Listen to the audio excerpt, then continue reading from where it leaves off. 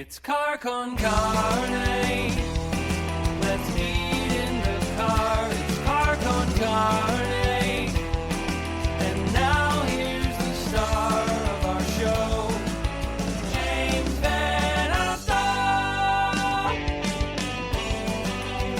This right here is Car Con Carne. Car Con Carne is a Q101 podcast. I'm James Van Alstyne, and Car Con Carne is sponsored by Easy Automation. Are you looking to transform your home, office, or business into a smart, seamlessly connected space? Easy Automation is a local business headquartered in Aurora, and they deliver custom automation solutions that are tailored to your lifestyle. Whether you're upgrading your home entertainment, streamlining your office tech, or enhancing the atmosphere in your restaurant or sports bar, they've got you covered. Their expert team designs and installs personalized systems, from smart lighting and climate control to audio-video distribution and robust Wi-Fi networks, all managed through an intuitive app on your favorite device. Easy Automation makes technology work for you effortlessly, reliably, and always with your satisfaction guaranteed. Visit easy-automation.net or call Dan 630-730-3728 and take control of your environment today.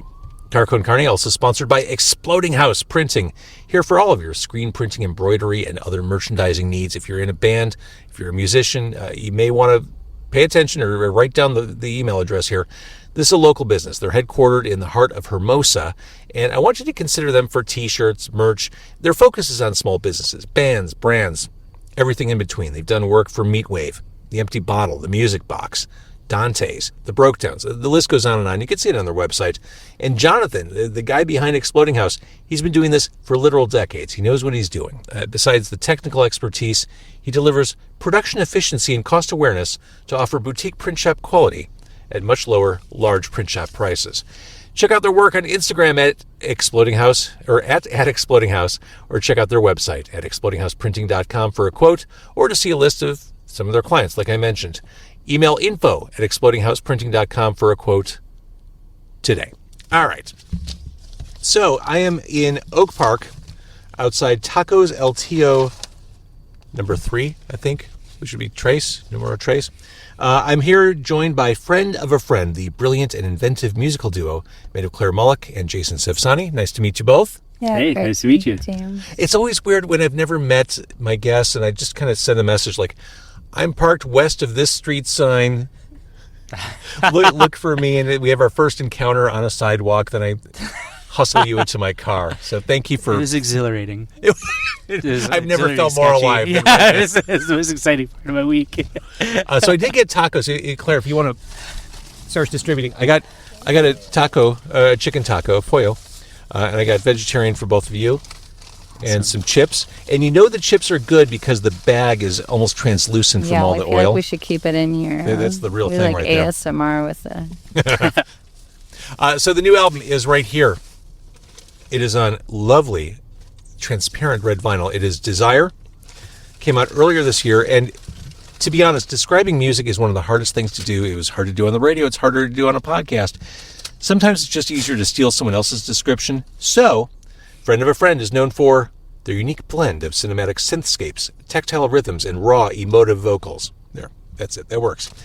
Musically, for the two of you, I hear a group that wants to take chances. I mean, Desire, this album sounds like the two of you intentionally zagging mid-song when everyone's expecting you to zig. Like you go in unexpected directions, which I think is super cool.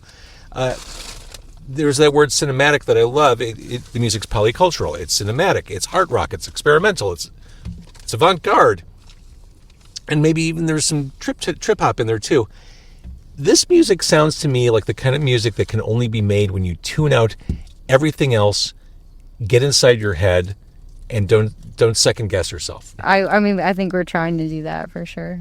That's our goal. It feels adventurous. I mean, and yes, there are probably musical touchstones and references that we can think about as we listen, but this is an altogether new construct that I'm hearing here. Hell yeah. Hell yeah. Heck yeah. The most important question I have for you, and this is a question that wouldn't have occurred to me until I got the record. Again, Desire. Buy it on Bandcamp. Is this a concept record? No, yeah. It's like a... We're not really like... I would say we're just not really like maybe into that so much. Like this is really who we are. I guess it's like we're writing music that's just coming to us and how we feel. And I think some people are maybe making like an idea of something or a narrative but I think that's really important to us. In fairness, Claire, when I pulled out the lyric sheet, Yeah. every song seems to be designated as a specific expression of desire. Yeah. So the album is Desire, and each song, whether it's Oasis, Desire as the body, Mama, Desire as the mother, that's what led me to think, well, maybe this is, an overall vision of desire in myriad forms. Totally fair. I think like for us, a lot of it is this is sort of how it fell together. Mm-hmm. And we went on the journey more so of discovering what the record was about for us, and then found a way, I guess, to share that with people. Love it. Yeah, it was like almost like the after it's made. It's like that those concepts emerged. They revealed themselves. Yeah, revealed itself. Yeah, like exactly. I mean, if it was the case, we'd be like, yeah, it's like we knew that's where we're gonna land, but it's like we went in and we're just like, let's go. Let's see. Let's put some, paint on the canvas. And I think initially too, we started with Desire, the title track, as we were imagining what we wanted to maybe explore on the record.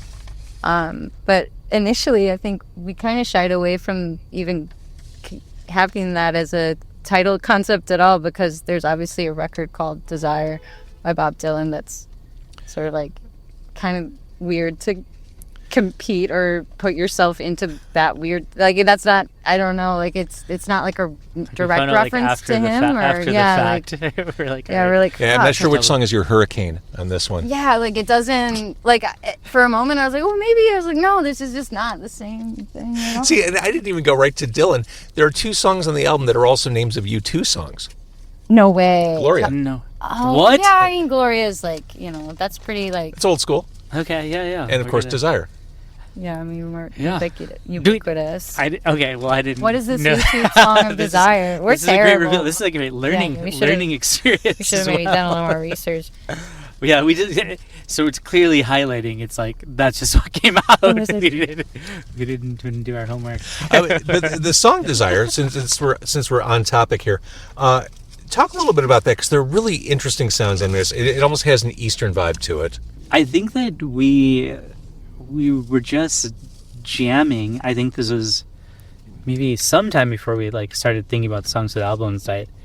We like to explore a lot of alternate tunings and stuff like that, but maybe not through the lens of it's necessarily Eastern or not, but maybe that's maybe Claire, at the root, Claire and I, when we started this band, we're a flamenco band. You know what I'm saying? I mean, so we're that's where maybe we're those You strayed a bit influences from those beginnings. yeah, no, totally. It's totally left, but it's almost like this. We made this song on a classical guitar, so Yeah. and on a flamenco guitar, so maybe that's where it's just that expression, It's finger rhythm, picking and all that. Yeah, absolutely. So that's kind of a lot of our songs will just be jamming on a lot of types of flamenco guitar, and that kind of lends itself to just some levels of expression and intensities. That maybe Textures, textures and rhythms. percussion and stuff like that, because it's Am I correct in saying that you two are very well matched in this group? Like you kind of found your person for music? That's so cozy. yeah, 100%. We just are so lucky. I mean, we knew each other for quite a while before we started the band, and we were acquaintances. Like the kind of acquaintances that you see at a party, but you're just it's hey, Yeah. all right, Yeah. bye. That was it. I mean, and she was a friend. That's hence the band name, Friend of Friend. She was a friend.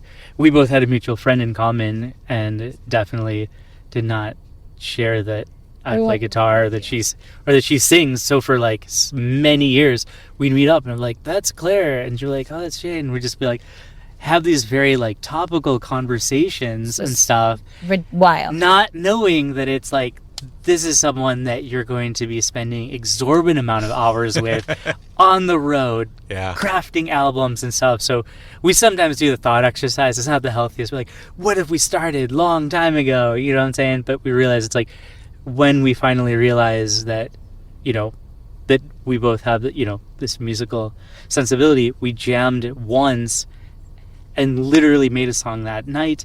That's and awesome. jammed every day ever since. When you know, you know.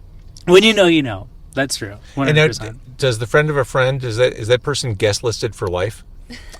Yeah, for sure. It seems one's for you. only fair. I'm going to have a chip. Okay, this is your taco though. Oh, it's my taco. Yeah. Okay. Yeah, feel free to eat unless you feel weird about it. Some people feel weird. I got over it a long time No, we're ago. gonna eat. What are you talking about? That Oh, sounds there's awesome. cheese on it. It's okay. It's okay. No, we're good. We We're good. appreciate you. We're good. James is lamenting that there's cheese because Jason and I. I requested no cheese. It's on the receipt. I brought receipts. No. We've become really kind of like Olympic eaters after being on the road so long. When you are just used to eating at any random place Yeah. and just the worst quality foods, it really takes a toll on your body. bet. So Yeah, we it's like started just not really eating out, and it kind of changed our lives. But we're gonna really enjoy this. Yeah, so we're all about. Don't worry. And Senna, we love It will be enjoyed. eating out and all that and, sort of and stuff. we I do think we're love just meat. Like I'm crushing Claire's the got the meats. Eastern European Croatian. 100% crushing the meats. Yeah, where I grew up in an Indian house where it's just like eating meat is like the worst thing you can do. So let's get into Desire. I kind of hinted toward this when I talked about zigging and zagging, but one of the first things that strikes me when I listen to this album is just the tempo changes. Just lots of interesting maneuvering and direction shifting throughout. That's like cool. Like I think like for us, they're just coming out. Like the songs are just coming out. We're jamming, and then we all do our best to craft and serve like a universe around it, and serve the song and serve what is coming to us. And I think we've been really blessed to have just amazing musicians around us that we love and trust that also see where this is going. They're You know cool what I with mean? our That they're cool with craziness our that naturally crazy, comes yeah. out. Yeah. And that have helped us, build those worlds together. And because we obviously are not doing this alone. Like we Right. don't play the drums, and Yeah, I think that we don't, like, in that sense, yeah, like some of those things where it's like, I think we're like, oh, do you guys like consciously think about those things? And it's like, we're just jamming, and that, a lot of times, a lot of these tunes are like, that are on this album are kind of like, the arrangements are like the first or second time of us playing them from a jam session. yeah, because Right. I'll just fall in love with it. I'll be like, it's got to be like Yeah, you guys are well matched. Oasis talks about making love on the freeway.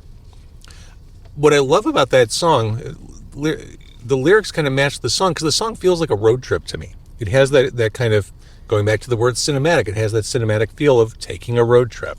that's like what it feels like to you. Like that's rap, We wrote a lot of that when we were in the desert doing the last record, where our co-producer used to live, Jordan, and it kind of feels like everything's the highway out there. Yeah, and you kind of get lost in our thoughts. It's like, I think people think it's like the desert, or like the Joshua Tree area. It's like going for a weekend.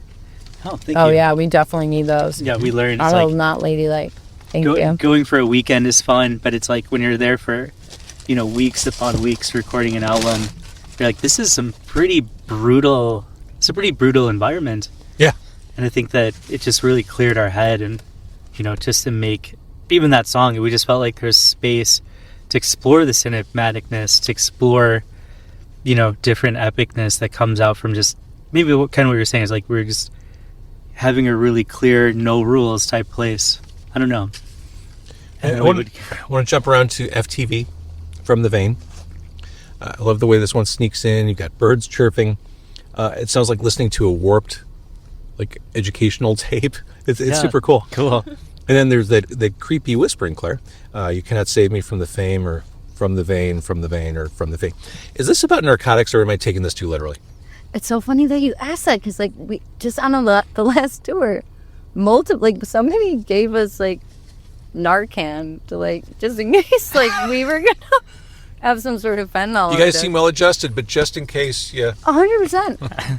And like we don't even drink, so it's like we're like it's just so odd. And then somebody else was like, yeah, I feel like this is like fentanyl rock. It was just so odd. We were like, that's so funny. Like we don't do fentanyl. We're just tapping into stuff. We're just like, tapping the vein. But But you know what? The thing is, a lot of people have a problem with that in this country. It's really serious. I agree. It's pretty nuts. So I feel like maybe some of it is just like picking up on the energy that's around us. And yeah, and that was made in I don't know if we've shared, James, but it's like was made in like this crazy house. I was going to ask about that. I feel that's the obvious question to ask you. You recorded in a notoriously haunted former exorcism site house. Yeah, it's unbelievable. Now, are you believers? In ghosts? Yeah. I mean, spoiler warning, I'm not. So I'm very cynical when I hear stories like this. Yeah. So just for context, I think when people like have heard of that, it's like people think it's like we're ghost hunters and we're like seeking that out, and you know how like artists in a lot of artists they'll pursue like a house where it's like, you know, I think it's like 9 Inch Nails, it's like that's where Sharon Tate was murdered or what, you know, and you're like and we're not into that energy, you know what I'm saying? So we got this place in the middle of nowhere, Illinois, in like the countryside. We're like, this seems like a great place to record, you know, and like really explore, get our head on right. I'm sure only good things have happened here. Yeah, it's perfect and safe and cozy. And so, yeah, we definitely not seeking it. We were like catfished into this. We're not seeking it. It was old switcheroo. And then we find out later, and I can, you know, we get there and we're like, this vibe is off right away. Like, and conspicuously so. Totally. And for context, it's like we're not the type of people, we've toured a bunch and we've stayed in so many like weird places. We've never been anywhere. We're right away. We're like, nope, this is off. Wow. No, thank you. You know, so just for context, we're not seeking that out or like, and then we realize it's like we're there for like 3 days. And then... So you didn't have gear with you to, like, track electromagnetic pulses in the room? Just the pedals misbehaving, you know? Which is great. So a lot of that got into the album. So, but yeah, and then it's like the owner of the house calls and he's like, hey, you know, it's like if you go into the town, it's like the townspeople... They're going to tell you to, like, get out, and they're going to tell you that that's a haunted house, and you're not safe. It's straight out of a movie. Right. We never did, by the way, and we were clearly the randoms staying at that one random place, to be fair. And it's like, thank you. Yeah. And that was crazy, because it was like, at that point, we were already scared, and then instantly, I was like, bro, that's how you start a scary movie. That's 100% how you start a scary movie. And we're like, we're not sleeping, and then literally, like, we're sleeping with the lights on, the doors open. We're like, this is creepy. I slept like 2 hours a night, and I'm not the best with like low sleep. So it's like, and even Jordan, our producer, was like, dude, he's like, I've never seen you so tired in my life. And so we're just coming down doing takes. Like we're like, I'm like, everyone's asleep, and I'm like, I can't sleep. I'm just like recording at like 1 a.m. by myself, and I'm like, I think I felt something on my neck or something. You know, just weird stuff, but. We didn't know this until we got home, and Claire, I don't know if you talked to your sister or something who's in the ghost stuff. My sister loves this kind of stuff. Okay. And I was like, oh my God, Grace, this place was mega haunted. It was so weird. The vibes were so off. And she goes, if you think the vibes are that off, I bet you it is like on Ghost Hunters or something. And I was like, it's not on Ghost Hunters, dude. And she was like, no, I know it is.